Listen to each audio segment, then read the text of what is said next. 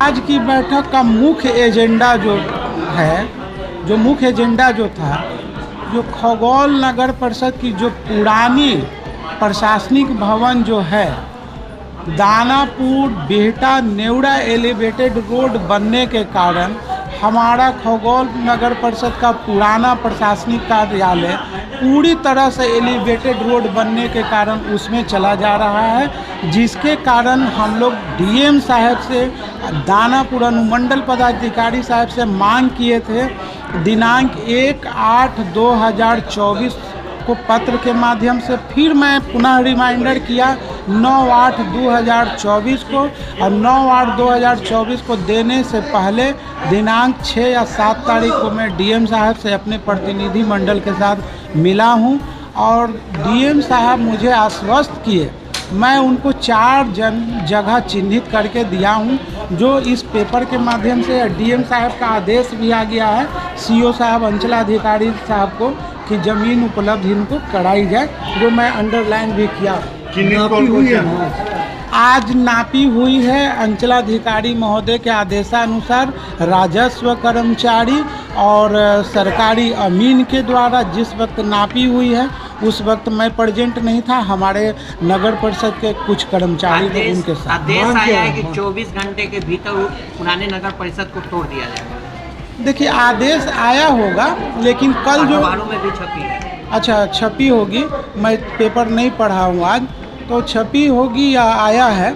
तो उस सबसे बड़ी बात है, कल भी सीओ साहब से जो बातें हुई है, कुछ पत्रकार बंधु थे, आप भी वहाँ पे थे प्रेजेंट, तो उनसे बात हुई। मैं स्पष्ट शब्द में बोला हूँ कि एक हाथ से लीजिए और दूसरे हाथ दीजिए, पहले ज़मीन हमें उपलब्ध कराएं और उसके बाद खगौल नगर परिषद की ज़मीन को आप ले लीजिए। ज़मीन जो है देने की बदले में 4 ज़मीन चिन्हित की गई थी खगौल नगर परिषद के ओर से।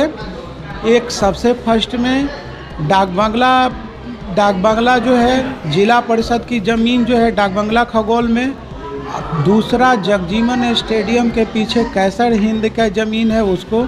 तीसरा जोड़ा तालाब में चिन्हित किया गया था। तो ये 3 ज़मीनों को देने के लिए जिला पदाधिकारी महोदय डीएम साहब ने बोले मुझसे कि चेयरमैन साहब, इसको ज़मीन देने में लंबा प्रोसेस हो जाएगा, ये दिक्कत आ जाएगा, तो आप जो है स्टेट गवर्नमेंट की ज़मीन को चिन्हित करके हमें दें।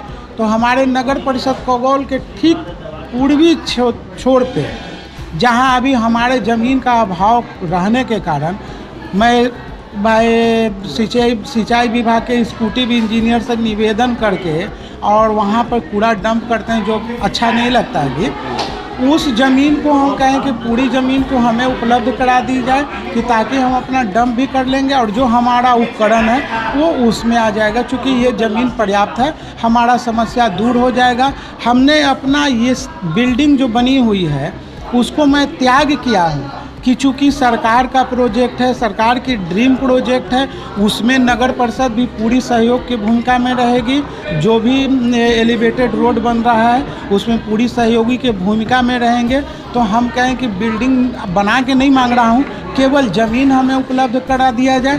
फिर हम विभाग को चिट्ठी लिखेंगे पैसे के लिए, पैसे उपलब्ध हो जाएंगे तो उसके बाद ज़मीन मिलने के बाद सारे काम हो जाएंगे, चाहे वो बाउंड्री वाल हो। सरकार आपकी बातों को रख रही है? जी, डीएम साहब की जो है पूरा पॉजिटिव है, और इस चिट्ठी डीएम साहब 16 तारीख को इशू हुआ है, डीएम साहब को चिट्ठी इशू हुआ है। और यहाँ स्पष्ट, एक मिनट, इसका पहले कि खगौल नगर परिषद कार्यालय प्रांगण में प्रस्ताव भवन के सामने सिंचाई विभाग की खाली जमीन को चिन्हित कर उसके हस्तांतरण हेतु विधिवत प्रस्ताव अनुमंडल पदाधिकारी अभिलेख भूमि सुधार उप समर्था दानापुर के माध्यम से इस कार्यालय को उपलब्ध कराना सुनिश्चित करेंगे। क्या आपके सरकार के जवाब से आप संतुष्ट हैं? देखिए, सरकार की ये डीएम साहब का ऑलरेडी चिट्ठी है, तो चिट्ठी ये अंचलाधिकारी साहब को दिए हैं। अब अंचलाधिकारी साहब को ज़मीन उपलब्ध कराने का दायित्व अंचलाधिकारी साहब को है। डीएम साहब के आदेश से मैं पूरी तरह से संतुष्ट हूँ। अब ये अंचलाधिकारी साहब जो हैं ज़मीन उपलब्ध करा करके, और ज़मीन जब उपलब्ध हो जाएगी उसकी सूचना डीएम साहब को देंगे। क्षेत्र का विस्तारीकरण का क्षेत्र किस किस क्षेत्र का होगा वो उसका पैमाना वो नहीं है, उसका पैमाना है थाना संख्या। सीमांकन कहाँ कहाँ? नहीं, सीमांकन की जो बात आप कर रहे हैं तो उस पर हम आपको यही करेंगे, मैंने प्रकाश डालेंगे कि जब विस्तारीकरण होगा तो अगर कोई पार्ट लखनी बीघा का आता है तो वो थाना संख्या कितना है वो विस्तारीकरण थाना संख्या के आधार पे होता है। चाहे वो सरारी पंचायत का हो थाना संख्या इतना, जमालुद्दीन चक पंचायत का हो तो थाना संख्या इतना इतना करके इस तरह से विस्तारीकरण। ये सब चिन्हित आप लोग कर लिए हैं? ये सब चिन्हित करके हम लोग 2022 से पहले ही दे चुके थे और विस्तारीकरण का लगभग पैमाना सभी तय हो गया था। लेकिन अंत समय में माननीय मुख्यमंत्री श्रीमान नीतीश कुमार जी के आदेशानुसार नगर परिषद खगौल, नगर परिषद दानापुर और नगर परिषद फुलवारी को यथावत छोड़ दिया गया और बाकी बिहार के अन्य जगहों को विस्तारीकरण किया गया। नगर पंचायत को नगर परिषद में तब्दील की गई, कुछ नगर परिषद को नगर निगम में तब्दील की गई। ये चिन्हित क्षेत्र कितने हैं आपके पास विस्तारीकरण के लिए? उसमें हम लोग जमालुद्दीन चक, लखनी बीघा, सरारी 3 पंचायत को हम लोगों ने दिया है कि विस्तारीकरण के हम लोग पक्ष में हैं। इसका विस्तारीकरण हो कि ताकि वो नगर परिषद में आ जाएंगे तो जो लोग जो पंचायत अभी विकास से महरूम है उसको विकास की गति तेज हो जाएगी। अगर नगर परिषद में छोड़ के किया नहीं, कोथमा हमारे में नहीं आता है, कोथमा दानापुर में आता है। कोथमा वो हाँ पूरा कोथमा वो दानापुर आएगा।